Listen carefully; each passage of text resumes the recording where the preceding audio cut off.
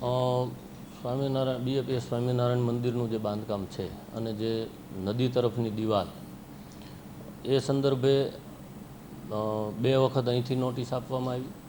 મામલતદારશ્રીએ પણ એક પોર્શન માટે નોટિસ આપેલી છે. નગરપાલિકાએ પણ જીડીસીઆરના નિયમો મુજબ નોટિસ આપેલી.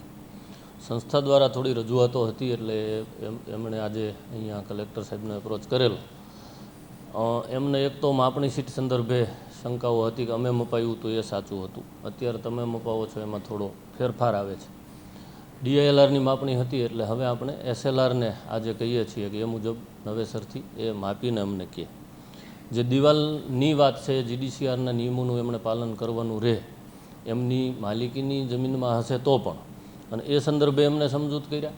અને જે નદીના કાંઠાથી 15 મીટર અને 30 મીટર એમ્બાર્કમેન્ટ હોય તો 15 મીટર અન્યથા 30 મીટર જે ક્લિયરન્સ રાખવાનું હોય છે એ બાબતે એમની સાથે ચર્ચા કરી. એ બાબતે સંમત પણ થયા છે અને આવતીકાલથી દિવાલ નીચી કરવાની કામગીરી એ લોકો શરૂ કરશે.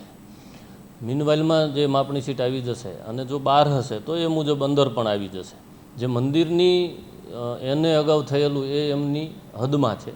એના પછીનું જે બેઠાપુલ તરફનું જે ખાનગી એમના કોઈ બોપલિયા ભરતભાઈ બોપલિયા વગેરેના નામે જે છે એમાં થોડું એવું જણાયેલું કે માપણી સીટ મુજબ કે નદી તરફ એ દિવાલ બહાર જાય છે.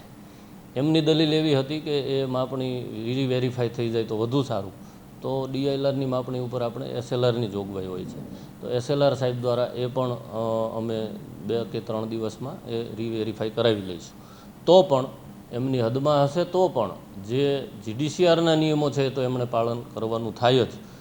વધારામાં એમની હદમાં છે, એમનું ટીપણ મુજબ માપણી મુજબ એમનું એને થયેલા મુજબ સંસ્થાન પોતાની હદમાં છે એટલે દબાણ નથી. પણ જે જીડીસીઆરના નિયમો મુજબ નદી હોય ત્યાં જે એમણે ક્લિયરન્સ મૂકવાનું હોય એ મૂકવાનું થશે.